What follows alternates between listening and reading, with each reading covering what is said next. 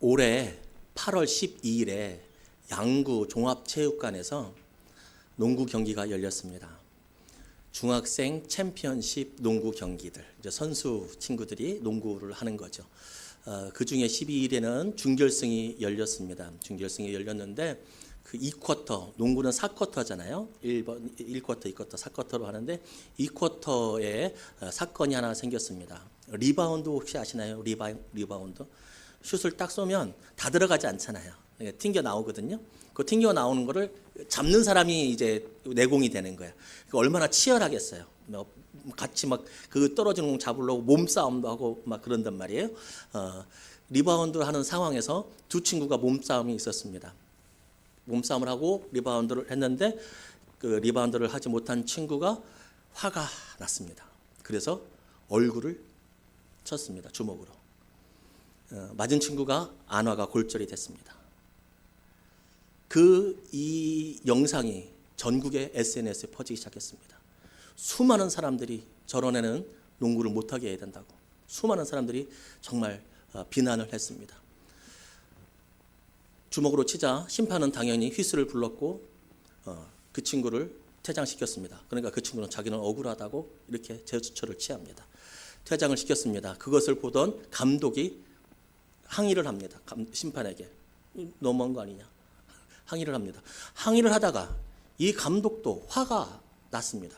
그래서 심판을 밀쳤습니다. 스포츠에서 심판을 밀친다는 것은 상상할 수도 없는 일입니다. 심판을 미쳤어요. 그래서 감독도 퇴장당했습니다. 그리고 징계위원회가 열렸습니다.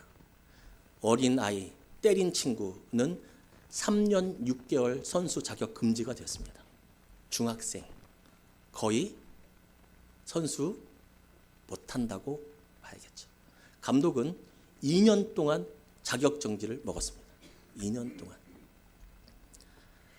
한 유명 가수가 있었습니다. 그 친구의 별명은 아름다운 청년이었습니다. 참 저도 그랬던 것 같은데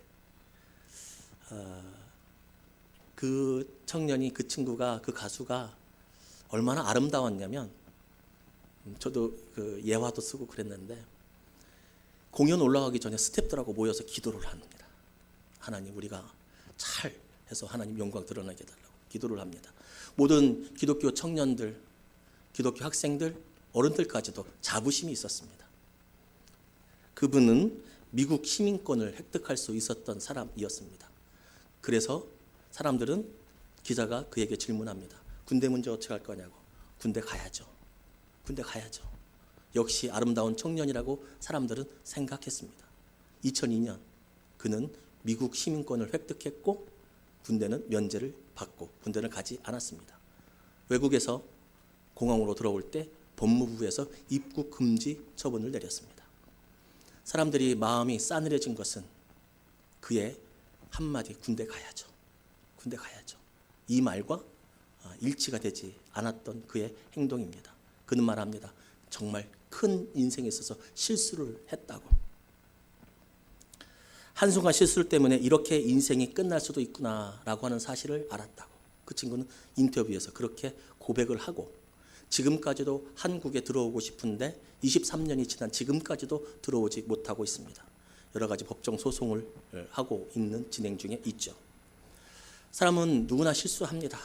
리바운드 하다가 몸싸움 하다가 그 순간 그리고 자기의 말로 말을 했는데 지키지 못하는 그 실수 누구나 실수합니다. 제가 앞에서 말한 실수 정말 큰 실수들입니다. 인생의 정말 가장 큰 실수일 수도 있겠습니다. 그런데 여러분 그 실수한다고 죽지는 않습니다. 그렇죠? 그 친구요. 농구가 꿈이고 농구 선수로서 정말 열심히 노력했지만요. 그 친구의 인생이 끝나는 건 아닙니다. 반성하고 죗값을 치르고 다른 것에 더욱더 찾아보면 또 살 길이 있습니다. 그 가수 인생 끝난 거 아닙니다. 잘 살고 있습니다. 미국에서 잘 살고 계시고 그리고 다른 곳에서 연예 활동 하시면 됩니다. 큰 실수를 우리가 그렇지만 그것으로 끝나지는 않습니다. 실수를 되돌릴 수 있는 기회가 주어집니다. 그러나 이렇게 큰 실수도 기회가 있고 끝난 것은 아니라고 제가 말씀드렸지만, 그러나 하지 말아야 할, 정말 하지 말아야 할, 영영 돌이킬 수 없는 실수가 있습니다. 영영 돌이킬 수 없는 실수. 앞에 것도 큰 실수지만 이 실수하면 영영 돌이킬 수 없습니다. 그 실수가 무엇인지 오늘 말씀을 통해서 찾아보도록 하겠습니다. 이삭은 아브라함의 아들입니다. 아브라함의 아들. 그리고 이삭은 에서와 야곱이라고 하는 쌍둥이 아들을, 형제를 두었습니다. 에서가 먼저 나와서 형이고 그 다음에 야곱이 나와서 동생입니다. 그래서 에서가 형이니까 에서가 장손입니다. 장자입니다. 에서는 사냥을 즐기던 사람이었습니다. 하루는 에서가 들판에서 돌아왔다고 성경은 말씀하고 있습니다. 뭐 하고 왔겠어요?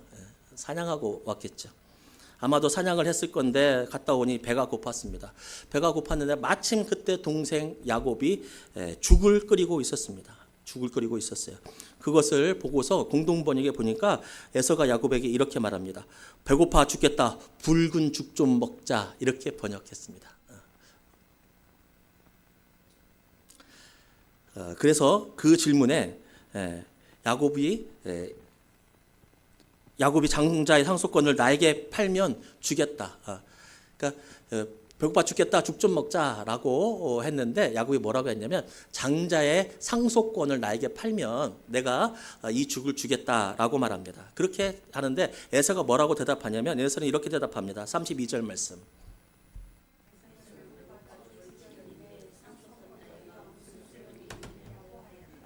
아멘. 저렇게 말했습니다. 그러면 줄 법도 한데 야곱이 보통 사람 아니거든요. 뭐라고 하냐면 아니 그 말로는 부족하니까 맹세하라고, 이 죽 대신 상속권을 포기하겠다고 맹세하라고 합니다. 그래서 에서는 맹세하고 장손의 상속권을 동생에게 팔아 넘겼습니다. 상속권은 무엇이죠? 무엇과 관련이 있죠? 유산이죠. 유산이에요. 장자의 유산의 권리를 이제 에서에게 넘긴다는 거예요. 보통 유산과 관련있는 이 상속권은 그 당시에는 장자에게는 2개, 그리고 다른 자녀들의 아들에게는 하나. 그러니까 하나를 더 준 거예요. 2배를 주는 거예요. 솔직히 우리나라도 얼마 전까지만 그랬어요. 아들에게는 더 많이 주고 딸에게는 덜 주고 동생에게는 덜 주고 그랬단 말이에요. 지금은 그렇지 않죠. 이게 장자의 상속 권한이었어요. 이게 보통의 권한이에요. 그런데 아브라함의 가정, 이삭의 가정, 야곱의, 에서의 가정은 그것만 의미하지는 않습니다. 무엇을 의미하냐면 하나님께서 아브라함을 처음 믿음의 사람으로 불렀을 때 뭐라고 약속하셨냐면 내가 너로 큰 민족을 이루겠다라고 했어요. 그러니까 내가 너의 가정과 가문을 지키겠다라고 하는 말씀이에요. 이것이 바로 아브라함을 통해서 이삭의 다음 때로 이어가는 하나님의 축복인 거예요. 하나님의 축복. 이것이 바로 상속의 권한이 들어 있습니다. 즉 이 말은 무엇이냐면 에서는 죽 한 그릇에 하나님의 은혜를 판 것입니다. 바꾼 겁니다. 바꾼 거.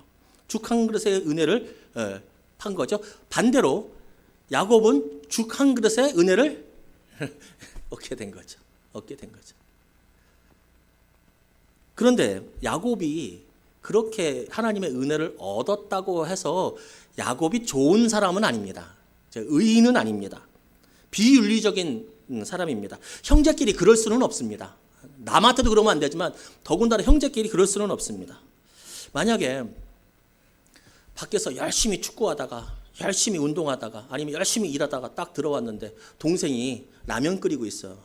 야, 그 라면 나도 좀 줘라. 나 배고파 죽겠다. 라면 나 끓인 거 나 좀 줘. 라고 하면 보통의 동생들은 뭐라고 합니까? 오빠 끓여 먹어. 형이 끓여 먹어. 왜 맨날 내 거만 뺏어 먹어? 하든지 아니면 착한 동생 같으면 에이씨 맨날 내 거만 뺏어 먹어. 에이 먹어. 라고 하든지. 요거거든요. 요거거든. 그런데 라면 끓이고 있는데 그 라면 좀 줘라 하니까 그럼 오빠 앞으로는 오빠가 내 동생이야. 그럼 내가 라면 줄게. 이렇게 말한 거거든요. 형 이거 주면 앞으로 내가 형이다. 앞으로 형이라고 불러야 된다. 이러면 어때요? 보통 맞습니다. 이거. 보통 맞아요. 이거 자매끼리는 이게 보통 이래요. 그런데 정말 놀라운 일이 생기죠. 에서가 그 말을 들으니까 뭐라고 합니까? 그래 네가 형이라. 그래 네가 형이라. 에서도 에서고 야곱도 야곱입니다. 아무리 그래도 라면 한 그릇에 어떻게 내가 형이 되고 당신이 내 동생 되래 이렇게 말할 수 있겠습니까? 쌍둥이는 쌍둥이입니다. 결이 달라서 그렇지. 하나는 어리석고 하나는 비열하고. 그런데 둘 다 별로인 사람들이죠. 둘 다 별로인 사람들입니다. 서로 잘못을 저질렀습니다. 에서도 잘못했고 그리고 야곱도 잘못했습니다. 누가 더 큰 잘못입니까, 여러분? 에서가? 야곱은? 야곱도 보통 잘못 아닙니다. 야곱도 완전 가문을 이제 질서를 둘 다 똑같아요. 둘 다 똑같이 잘못했어요. 그런데 참 놀랍게도 이 둘이 나중에 삶을 보면 둘 다 똑같이 잘못했는데 한 사람은 하나님의 보호를 받고 살아가고 한 사람은 하나님의 축복을 받지 못하고 살아가요. 똑같이 잘못은 똑같이 했는데 그 차이가 무엇입니까? 에서는 하나님의 은혜를 대수롭지 않게 여겼습니다. 34절 말씀 보니까 에서는 장자의 명분을 경홀히 여겼다고 생각했습니다. 경홀히 여겼다고. 경홀히 여기다라고 하는 뜻 원문은 어떤 뜻이냐면 업신여기다, 경멸하다라고 하는 겁니다. 그러니까 에서는 뭐 어떻게 생각하는 겁니까? 하나님의 은혜가 별것 아니지. 그거 아무것도 아니지. 그거 없어도 먹고 살지. 이제까지 내가 살아왔다는 건 내가 열심히 일했던 거지. 하나님의 축복 때문이야? 아니야. 내가 사냥을 잘해서지. 하나님의 은혜 없어도 나는 살 수 있지. 무시한 겁니다.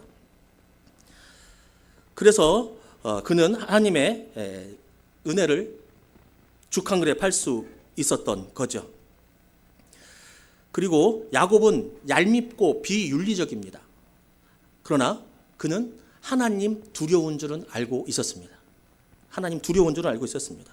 자신의 거짓과 경솔함 때문에 고생은 합니다. 자신이 행했던 일 때문에 고생 많이 합니다. 쩔룩쩔룩 걸어 다닙니다. 고생 많이 합니다. 그래도 점차 믿음의 성숙한 사람으로 변화되면서 하나님의 은혜와 보호를 받으면서 살아갑니다. 사람은 누구나 실수합니다. 너나 할 것 없습니다. 여러분도 저도 실수합니다. 그래서 오늘 제가 사과도 드리지 않았습니까? 누구나 실수를 합니다. 누구나 실수를 해요. 믿는 사람도 실수합니다. 그리고 믿지 않는 사람도 실수합니다. 그런데 더 나가보면 믿는 사람도 죄를 짓습니다. 안 믿는 사람도 죄를 짓습니다. 믿는 사람도 죄를 짓고 안 믿는 사람도 죄를 짓습니다. 안 하려고 해도 실수 안 하려고 해도 그럴 수밖에 없는 것이 우리 인간입니다. 완벽한 사람은 없습니다. 야곱과 에서처럼 부족하고 그리고 또 어리석은 것이 우리입니다. 그러나 하지 말아야 할 실수가 있습니다. 돌이킬 수 없는 잘못이 있습니다. 심판받을 수밖에 없는 죄가 있습니다. 그것은 바로 하나님을 무시하는 겁니다. 하나님을 경홀히 여기는 겁니다. 하나님을 경홀히 여기는 거. 끝까지 하나님의 은혜를 무시하고 하나님의 존재를 거부하고 예수가 나를 위해서 십자가에 죽었다고 그럴 일이 어디 있어라고 인정하지 않으면 여러분 심판입니다. 죄송합니다. 모두가 다 구원받았으면 좋겠는데 모두가 다 돌이킬 수 있는 죄업은 좋겠는데 예수를 무시하고 하나님을 무시하고 성령의 인도를 따라가지 않으면 예수를 믿지 않으면 심판입니다. 돌이킬 수 없습니다. 지금도 수많은 사람들이 하나님을 무시합니다. 하나님이 어디 있느냐고 무시합니다. 하나님 없어도 나는 살 수 있다고 생각하고 하나님을 무시하고 살아갑니다.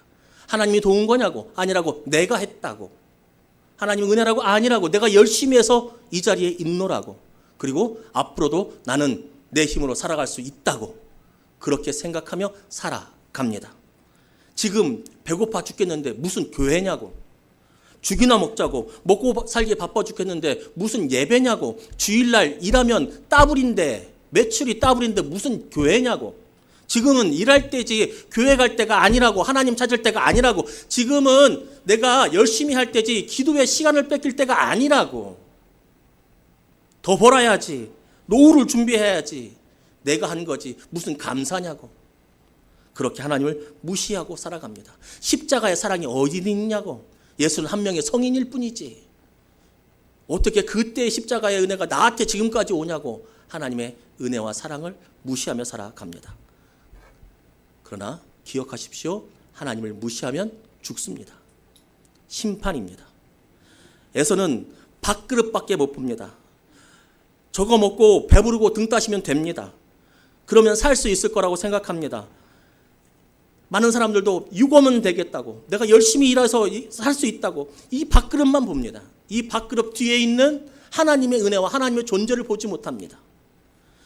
실수하고 넘어지고 깨져도 하나님을 붙잡으면 삽니다. 우리처럼 말입니다. 우리도 실수하고 넘어지고 깨집니다. 다른 사람에게 상처를 주기도 하고 스스로 자책하기도 하고 불안에 떨기도 하고 하나님의 말씀처럼 살지도 못하는 것이 우리입니다. 예배 시간에 집중하지 못하기도 하고 내가 원치 않는 죄를 짓기도 하고 알면서도 죄를 짓기도 하고 욕심에 사로잡히기도 하고 돈을 사랑하기도 하고 그렇게 우리도 넘어지고 깨집니다. 그러나 우리는 이거는 압니다. 하나님이 없으면 나는 죽는다. 예수를 믿지 않으면 심판이다. 우리는 이거는 압니다. 야곱이나 에서나 똑같아요. 윤리적으로 따지면 에서는 그냥 어리석은 것, 이거는 나중에는 아빠한테 자기 아버지한테 사기를 쳐요.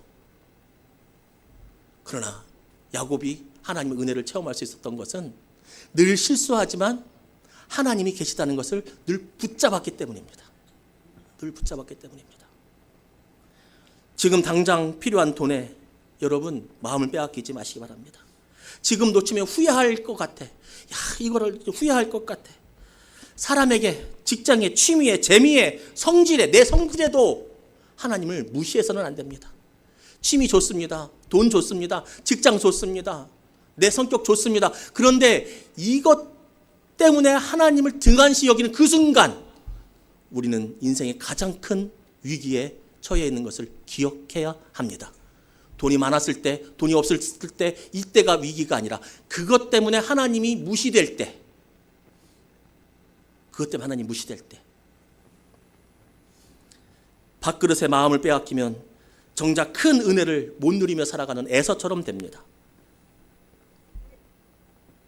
미국 네바다주의 한 호텔 카지노에 단골 손님이 있었습니다. 노인입니다. 이 노인이 어떻게 살아가냐면 우표를 모으고 동전을 모아서 이따가 차액을 남겨서 다른 사람에게 파는 것으로 먹고 살고, 또 하나는 노후 보장, 사회 보장 수당으로 나라에서 나오는 그 보장 수단으로 생활을 하는 분입니다. 그분의 이름이 론 웨인입니다. 론 웨인. 저분인데, 그런데 이분이 보통 분이 아니에요. 이분이 보통 분이 아닌데, 이분이 세계적인 기업의 창시자 중에 한 명이었어요. 창업의 시작의 한 명이었어요. 3명 중에 한 명이었어요. 3명 중에 한 명. 어떤 기업일까요? 좀만 더 가봐. 할 수 있어. 한번 좀만 더 가봐요. 좀만 더 가봐요. 달란트 드릴게. 수화 드릴게. 좀만 더 가면 되는데. 구글하고 비슷한데. 애플 10달란트 박수 한번 주세요.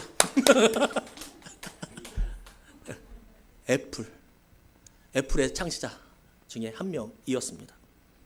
애플을 창시를 하고 창업주였는데, 창업주를 하고 딱 일을 하다 보니까 될 것 같아. 잘 될 것 같아. 근데 한편에 안 되면 어떡하지? 이거 실패하면 어떡하지? 내가 그동안 일했던 거 다 날아가는 거 아니야? 이 불안한 감이 있었어요. 거기서 이분이 선택을 하게 됩니다. 어떤 선택을 하냐면, 안 되면 큰일 나지 라고 하면서 회사를 나옵니다.